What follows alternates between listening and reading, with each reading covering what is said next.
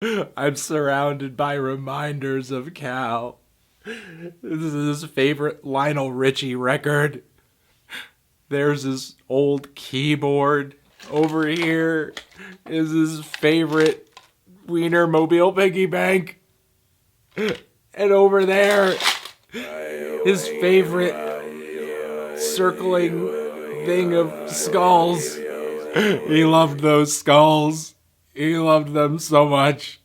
Hi everyone, Anthony Fantano here, the internet's busiest music nerd, and it's time for a review of the new Muse record, Drones. Muse is a UK-based alt-rock band who is still kicking, despite being in the middle of maybe the most polarizing point of their career. From the symphonic rock of The Resistance to the weirdly dubstep-influenced The Second Law, a lot of longtime fans haven't really been that into Muse's latest output. And I wasn't exactly looking forward to this new LP either once I started hearing the initial singles from it, especially the song Psycho, a song that features these really clownish hard rock riffs,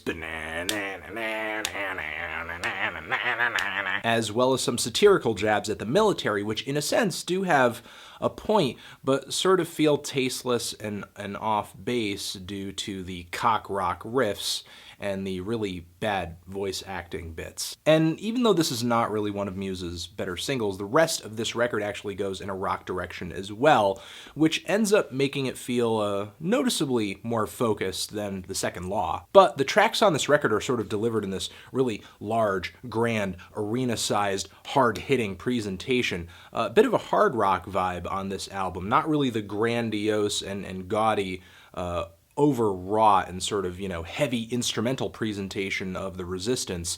This record is a little more straightforward, I guess a little bit more testosterone and adrenaline fueled. On the first half of this LP, there's some really huge, just buzzing, blaring, compressed rock riffs, even some shreddy and noodly guitar soloing that seems kind of Eddie Van Halen inspired. Again, there is a strong, 80s hard rock vibe on this record. Maybe with the exception of the song Mercy in the first half, which features these just sparkly, twinkly piano notes that feel like I'm about to listen into a Coldplay song. And for the most part, I think Muse uses this hard rock style to their advantage. This typically just really excessive and gag-worthy style of music is actually not that bad when they have their hands on it. I like the intro track on here, Dead Inside. The U2-flavored vocal parts on this track, as well as the hard-hitting drum intro here, don't sound too bad. And I think at the core there is a listenable tune here, but what I think ends up ruining this track is the really just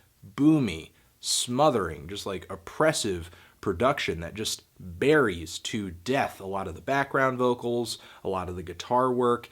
It just really makes the song hard to pull apart and I guess kind of make sense of and really enjoy the timbre and the tone and just kind of the personality of the instrumentation, because the song is just pressed down to be so dense and so impenetrable that it loses flavor pretty quickly, which is a pretty sad thing because, again, there are some songs here that I don't really think are that bad, like the track Reapers. The really heavy, ominous ending on this track and the weird robotic vocal manipulations thrown into the background seem like pretty nice additions as well. And Muse's symphonic and operatic influences come back in the second half of this LP, where I think some of the instrumentation, the composition gets a little bit more ambitious. I love the bustling and driving guitar chords and the chord progression on the song The Handler. The way the rhythm sort of grooves on this track, I think, is the most finesse the band has shown thus far on this record. And the very meaty, chunky riffs on this track seem a lot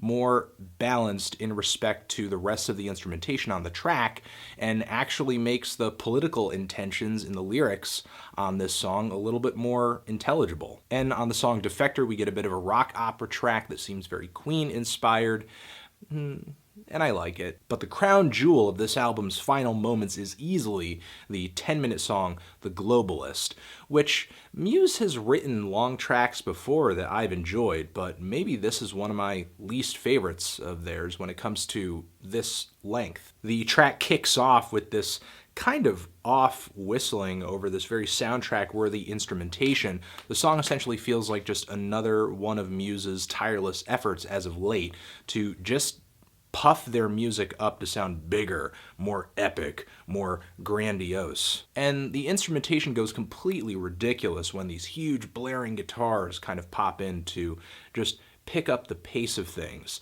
And then when the song's final crescendo crests, and I'm looking at the fact that we are more than halfway into the song at this point, the track hasn't even justified its length yet at this point. And redemption isn't exactly found in the piano ballad and passage that this crescendo coasts into. And the fake intimacy of the multi-tracked vocal harmonies on the a cappella outro of this LP just leaves a bad taste in my mouth and just leaves me with I guess, pretty negative final impression. While I think Drones brought better writing to the table than The Second Law did, I think this album is just sort of held back by the fact that the band is constantly trying to sound as big and as booming as possible on a lot of these cuts. And the result isn't really that exciting most of the time, or I guess adrenaline pumping, or epic or grand, or just anything else that I get that this music is trying to, you know, sort of communicate to me in terms of its size and its presentation and its urgency. For as loud as it sounds, I think a lot of the time the drums and the guitars and the synths and the vocals are just produced in such a way where they are way too sanitized to feel as aggressive and as urgent as I think they're trying to be. But again, simultaneously, this album is much less excruciating of a listen than The Second Law. At the end of the day, I'm really feeling kind of indifferent on this album. I'm feeling a decent to strong 5 on it. Transition! If you've given this record a listen, what did you think of it? Did you love it? Did you hate it? Why? What do you think I should review next? And that's it. Anthony Fantano, Muse, Drones, forever.